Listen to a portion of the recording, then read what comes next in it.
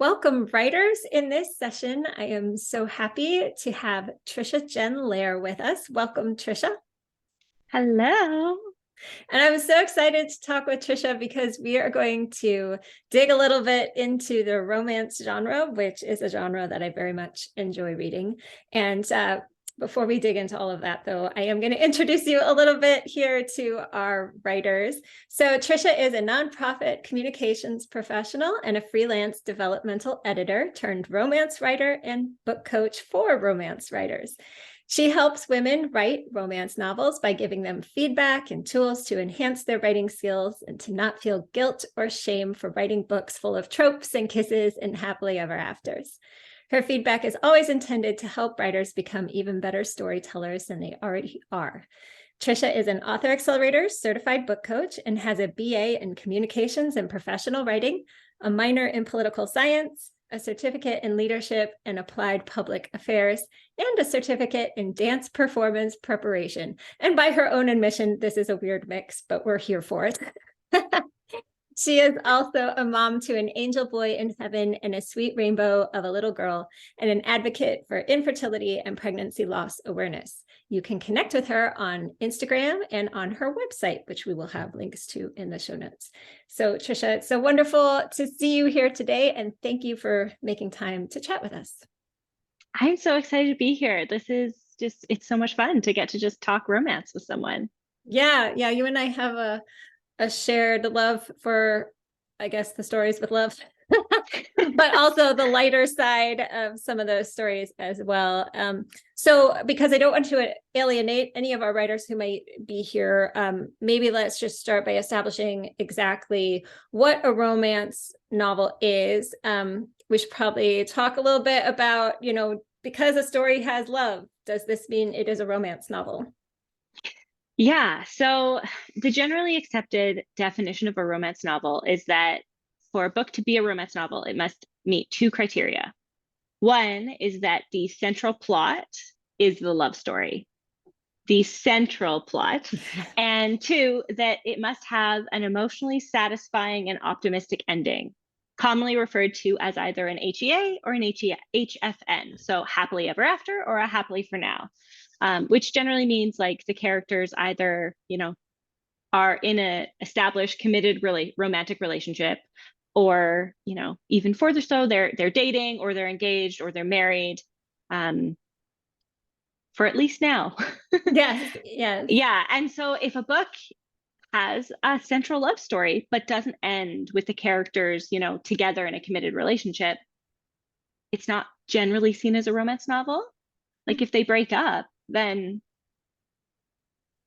where's the optimistic ending, right? It might be optimistic in a different way, but it's not as emotionally satisfying because you've spent how many pages and how much time reading about them falling in love for them to not be in love anymore. It's disappointing. And hardcore romance readers are probably going to want to throw your book across the room. Yes. Because that's what they're reading it for, right? And so you get those people who they think that, oh, well, like there's a love story, so therefore it's romance. But the hardcore romance readers are going to be like, no, no, no, no, no, no. If the love story is a subplot, then it's not a romance novel. It's a novel with a love story, right? Yeah, I think like Romeo and Juliet is a classic example of something tragedy. It's a tragedy. That's exactly right. And I think of all the genre readers that there are, I mean, every genre is going to have its own market conventions that as a writer, you want to pay attention to those conventions because people come to those genres for those conventions. Yeah. And romance is definitely one of those that if you break the happily ever after, like you said, people will be throwing things at you and nobody wants that. Yeah. Well, and it's like, I like to liken it to going to a restaurant. And a lot of folks, we have our kind of go-tos. If I go to this restaurant, this is what I order. If I go to this restaurant, this is what I order. These are my favorite things because I know what I'm getting and I know I like it. That's why people pick up genre fiction, right? That's why you pick up a romance novel or a mystery or a horror novel because you know what you're getting. You know those tropes, those conventions, and that's what you enjoy. So that's why you pick them up. And while it's fantastic to play with those conventions and, try and do them in unique ways and have fun, that's great. But if you break them, you got to somehow put them back together in a new way that still meets the goal or purpose of the convention, because or else, yeah, you're going to have really angry readers and you're going to get bad reviews. Yeah. Yeah. And I think too, if people are maybe a little confused between this happily ever after versus happy for now, like one example that I like to hold on to is when you consider YA romance. If you read a YA romance, that's probably more of like a happy for now, because it's usually a high school couple. They went to the prom together and now they're a couple, but it would feel icky as a reader of this YA novel if like all of a sudden the 15-year-olds are getting married, and that would probably not sit well with us. But on the flip side, the adults tend to, not always, but they do tend to have a more final kind of outcome with their happily ever after. Yeah. Well, and especially in like, the really like the category romance, the stuff that people was really like that really became popular in like the 80s, the 90s. So many of those books, still a lot today, but not as many, end with the epilogue where they're having a baby. Right? So it's like there's the whole journey of they've met, they've courted or dated, they've gotten engaged, now they're married.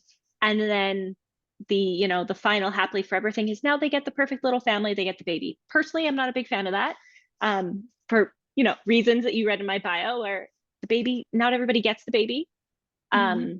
So that for some people, for me personally, especially in my past, those were hard epilogues for me to read because they weren't happily ever afters for me, because I was still trying to get that happily ever after. But some people love them, just like the secret baby trope or the surprise baby trope. Lots of folks love those. And again, those are things where you have to figure out who is your audience, what are they looking for, what do they love, and give that to them in a new and exciting and unique way, so that it doesn't feel like you're just writing the same thing over again. Because yes, we know how the book ends. They end up together. That's the point. Yeah. And so even within within many genres, we can start to slice and dice things even more. Mystery novels, is it a cozy mystery? Is it, you can break those apart. Fantasy novels, all these different genres, we can break them up even smaller. And so of course, this is true of romance. Could you help us distinguish the difference between, so something that you'll see commonly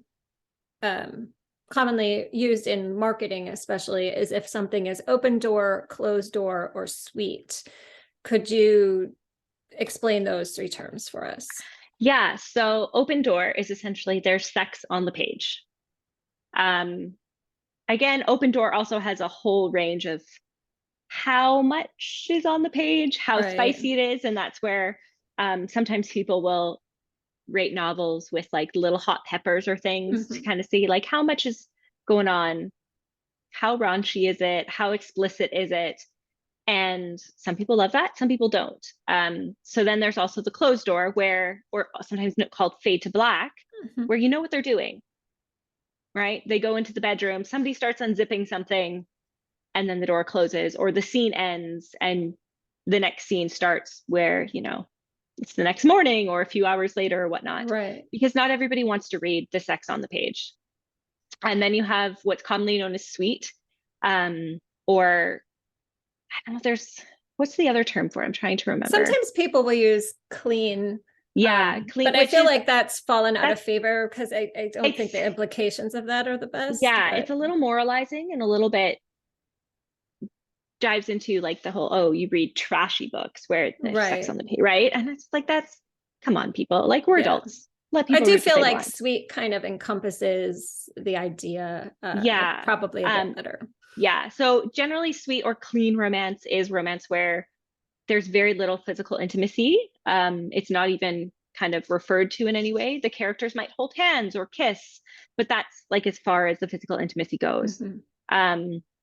Not saying that there can't be really sweet moments in spicier fiction, because there often is, but the spicier ones with the open or closed door generally have a lot more explicit mixed in with the sweet moments. Right.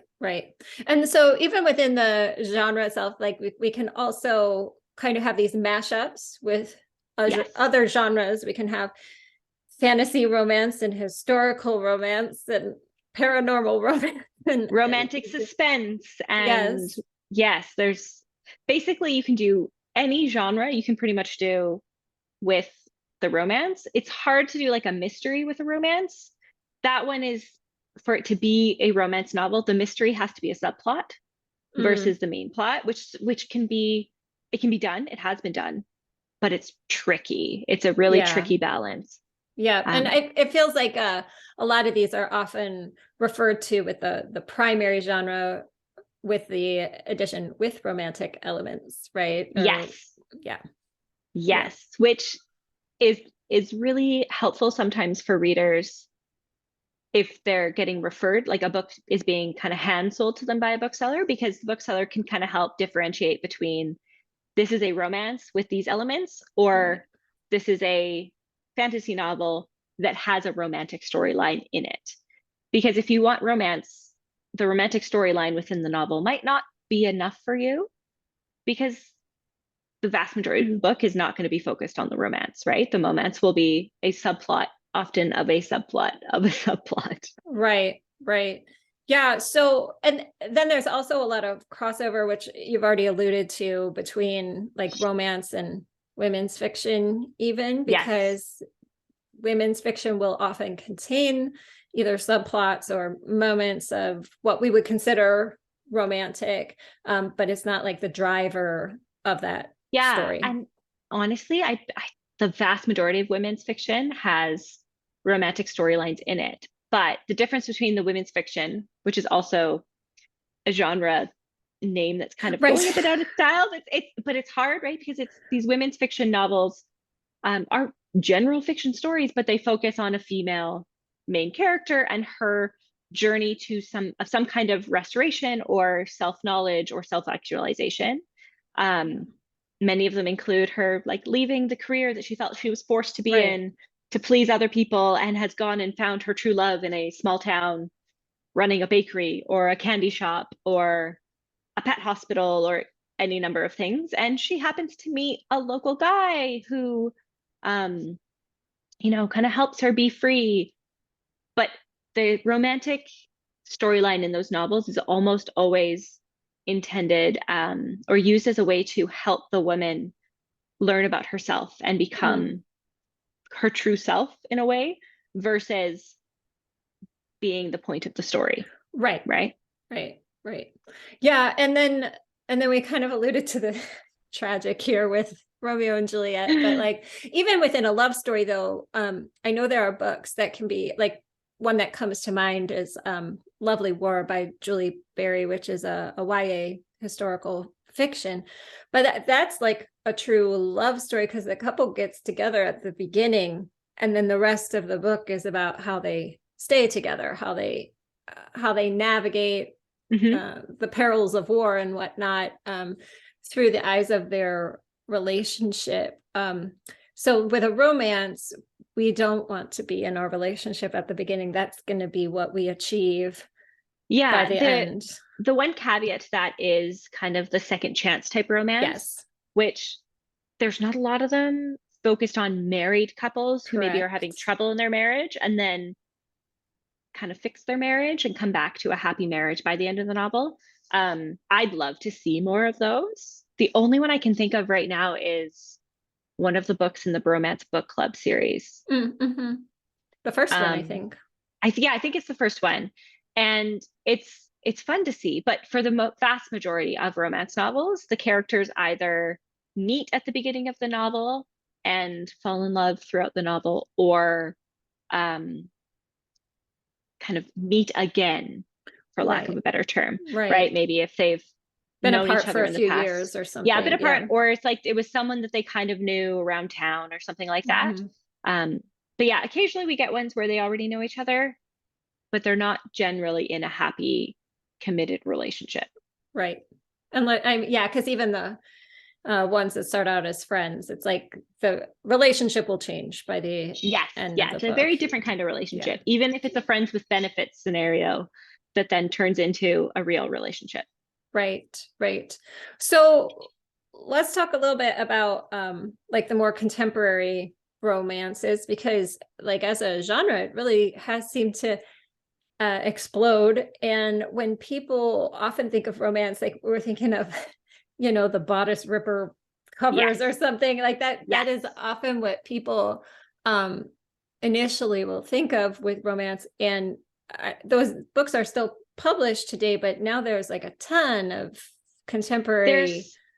There's such a range within the romance genre of types of stories, types of Mhm. covers, that no matter what you enjoy, you can probably find it. Like Yeah. my local romance bookstore has a monster romance section, which is like romance between humans and monsters. I haven't explored it yet, but there's some folks who are really keen on it. Um, but contemporary romance especially is really big right now. There's such a range there as well. There are Yeah. still kind of bodice ripper covers with like the big naked chest on the front and the heaving bosom. Um, but they're not as popular. A lot of contemporary romance covers are illustrated right now. There's a huge Yep. kick the last probably 5 years, 6 years to have really illustrated covers, which makes a lot of people think that they are either sweet, which I just saw a thread today about a bookseller who had to stop a grandmother from buying a Tessa Bailey book for her 12-year-old Oh no. because she saw it on Book Talk and it's a nice illustrated cover. Right. Yeah, Tessa Bailey is very open door, Yeah. very spicy, not really appropriate for 12-year-old. But these covers are a little confusing because people think that they are um, automatically rom-coms, automatically going to be sweet Right. and kind of appropriate for younger readers just because it's an Hmm. illustrated cover. Yep. And that's not really the case. Yeah. But Yeah. contemporary romance, like right now, it covers everything. Like some of these books really tackle, they do have this central love story that is super fun, sweet, spicy, whatnot, but they also often they're tackling huge societal issues. They Right. tackle racism, they tackle homophobia, they're tackling um caste differences, like social structure. It's amazing what they are covering. And they're doing it in a really interesting way, really nice, like really layered, so that it still feels like you're reading a fun, almost silly at times book, but they're also delivering really important messages, which like Pride and Prejudice is always like, oh, the big romance novel. Pride and Prejudice is a social commentary Yeah. with romance as one of the key ways of talking about it. Yeah. And I think a lot of authors, especially authors of color right now within the romance genre, are doing a fantastic job of doing that as well. Yeah. I actually just in the last few months, not even intentionally, but have stumbled upon some romance books that were incorporating mental health issues Yep. faced by one of the either the male or the female protagonist, perhaps. But yeah, so that totally makes sense. You had mentioned rom-coms. Let's Yes. go there for a bit here because that's my personal favorite. In fact, that's the only kind I read. I'm not knocking any of the other subgenres within romance, but that's because I love funny. And Yep. unfortunately, it is hard to find funny fiction except for within the romance genre. Yeah, like there's like funny middle grade books, which Yes. are generally like fart jokes and things like that, which not really every adult's jam to want to read. Um, Rom-coms are delightful, but there's also the confusing part of it's hard to figure out like if a book is a rom-com or is it a romance with funny elements, Correct. right? Because adding humor is a great way to lighten the mood, to increase or decrease pacing, right? And so just because a romance novel has funny bits in it doesn't necessarily make it a rom-com. To be a rom-com, you need the humor to be infused within the novel's premise, right? The whole, like the premise, whatever kickstarts the story, whatever the main kind of thing that you'd read on the back of the book that would go, oh, I want to read this, that has to have funny just built into it, right? Like When in Rome by Sarah Adams. The Yeah. pop star, her car breaks down in some dude's front lawn in the middle of nowhere. That has funny baked into it because As long there's as you're so within the much, romance genre, right, not like right, some kind of yeah, serial killer genre. right, and like, and she has to stay in his house that has no cell phone coverage Right. overnight, and he like doesn't even want her there, Right. and he has no idea who she is, and he doesn't care who she is. There's so many things there that could lead to funny, Yeah. right? But yeah, if it's a different kind of book, it could be very opposite. Or like, the Unhoneymooners by Christina Lauren.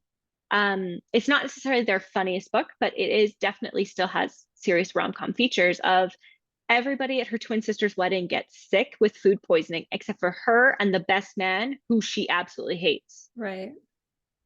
And so they decide to go on their siblings' honeymoon so that nobody loses out on the prize package and thing. And she pretends to look like her sister because they're twins, or to be her sister because they're twins. That's funny. They hate each other and they're pretending to be married, Right. right? At this resort. And there's just all of these other circumstances, right? Which then any rom-com has just ridiculous circumstances, situational humor, and characters that just create funny moments. And the funny moments are what progress the plot versus giving you slight breaks from the plot. Right. Right. Yeah, that's a good distinction. I think probably of all the formats, the forms here of romance, that a rom-com is potentially the most dependent on the premise. Yes.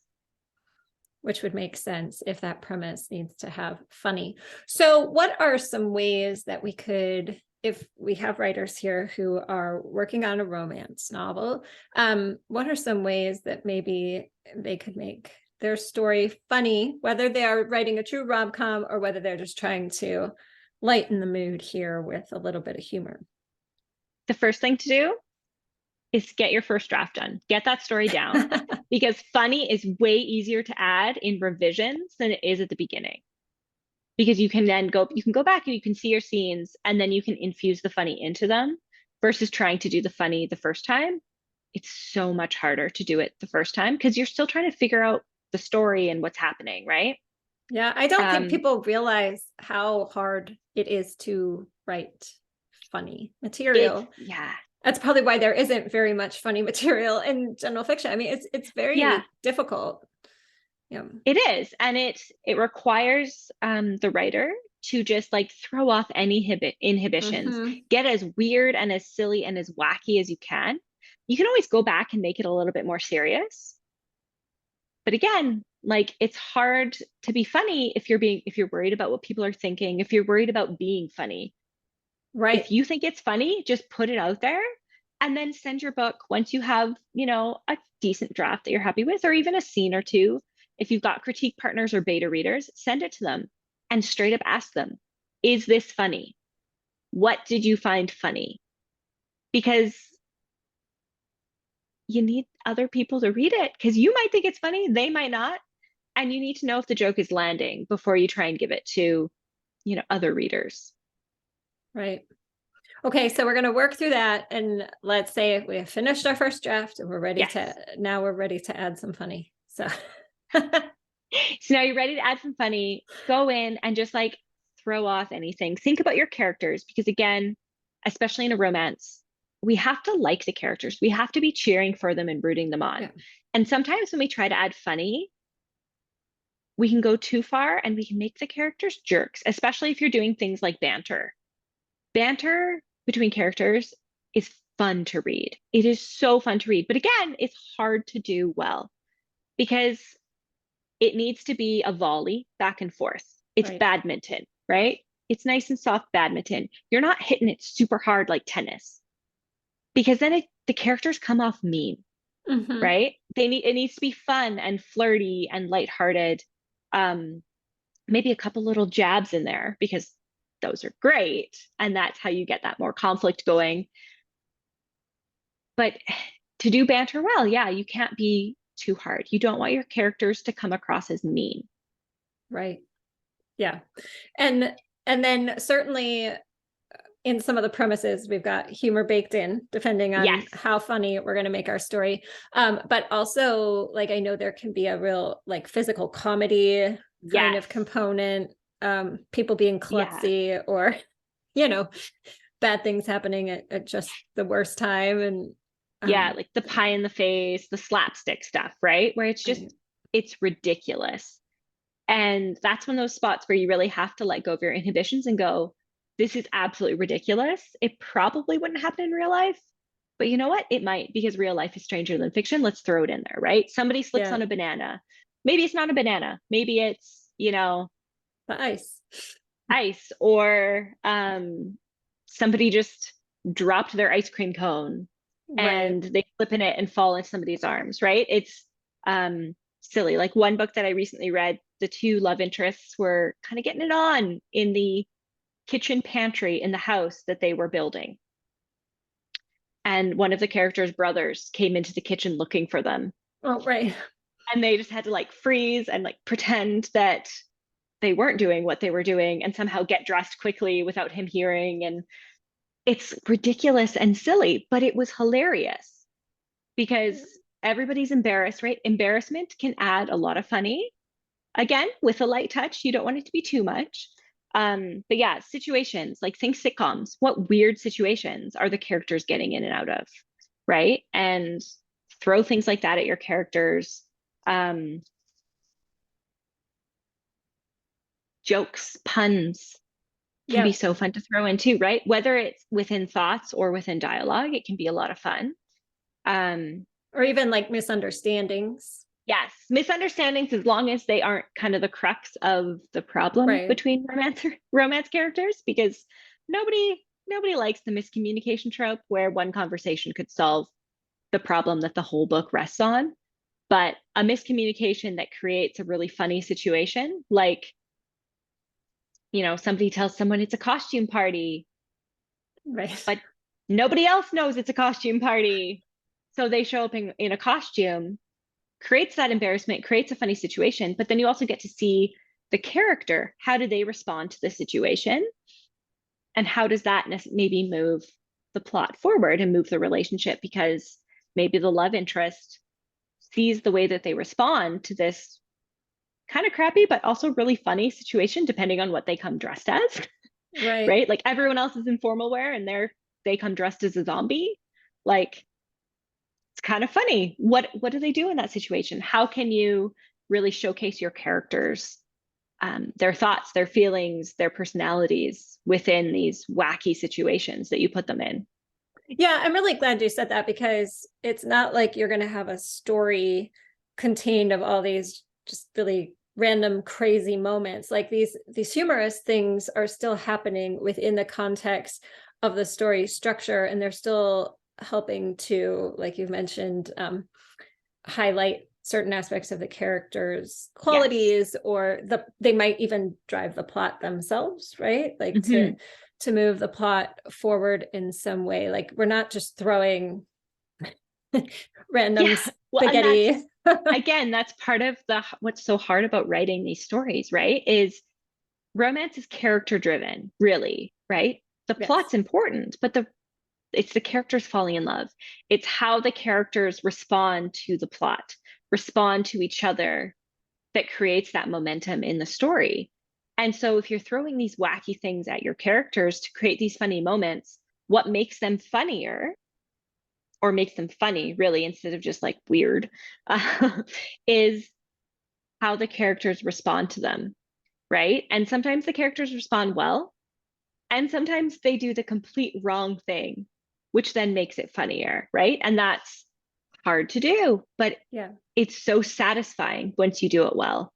And having those friends, those writing friends, those beta readers read your book and give you that feedback to help you kind of identify, this is what I was trying to do. Did it work?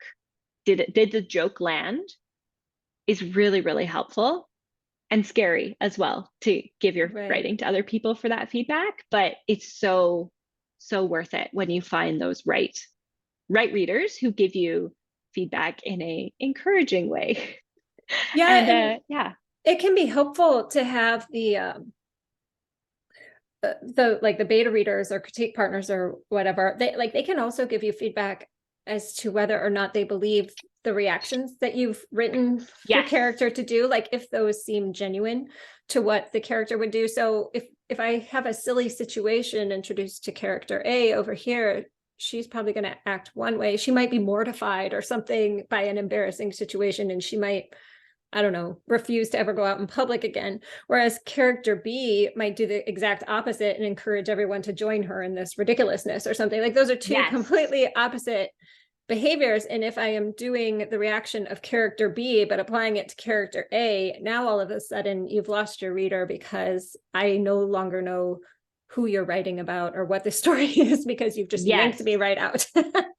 Exactly, right? You need to know your characters. And that's one really key part within a lot of romance as well, is we have, especially in rom-com, there's archetypes, character archetypes that are really common, and they help create those funny moments, but also create opportunities for the protagonist to shine. So you have like the wisecracker, the character who's always making jokes, the charmer. You got the guy who's in there and always like charming the socks off everybody. Usually have like the misunderstood or you have the dorks, you have the square, the person who's just like their reactions like their reactions might seem super uptight, right? Like if you think about Friends, Rachel is a square, Joey's a charmer, Chandler's your wisecracker, right? Sitcoms are great places to mine for character ideas and character archetypes and situations, because sitcoms are about funny. They're meant to be funny, and they are a great way of using characters, or sitcoms use characters really well to create those funny moments. And when you put those different character archetypes together, you create moments and situations for more funny. Funny with one character in a room is really hard. But when you bring a bunch of characters together, that's when you can really create those funny moments. Yeah, that makes sense. So just to sort of wrap us up here, because I've been going on for quite some time and could probably go on for a lot longer here. Oh my gosh. If writers are working on a romance novel, I want to start by saying Trisha has a great workbook to kind of get you started here on a romance novel. I've seen it myself, and it's a tremendous resource. So I certainly encourage everybody to check that out. That's on your website? It is on my website. If you subscribe to my newsletter, you get my romance novel sketch workbook for free to just help you kind of sketch out your romance novel idea. All of those key things that you kind of need to think about before you start writing, so that you can evaluate whether or not you actually have enough there to get a story on the page, or if you need to think a little bit more so that you don't just start writing and then trickle off after 3 or 4 pages. Right. Which can happen, right? Yes, we've all been there. Yep. And so as Trisha mentioned, she also has its monthly newsletter, bi-weekly. It's bi-weekly now. It started out monthly, and I realized that I just had more stuff I wanted to share with people. So now it's twice a month. Awesome. And so we will have links to all of that stuff. And thank you so much for your time and for sharing all of your knowledge with us. And yes, writers, if you are working on romance, I encourage you to connect with Trisha and get that workbook. It will be a great way to start your novel, or to even start like a revision for a novel that might be stalled or something like that. So yeah, definitely. Yeah, wonderful. Well, thank you so much. Thank you. This was a lot of fun. And thank you, writers. We'll see you in another session. Bye.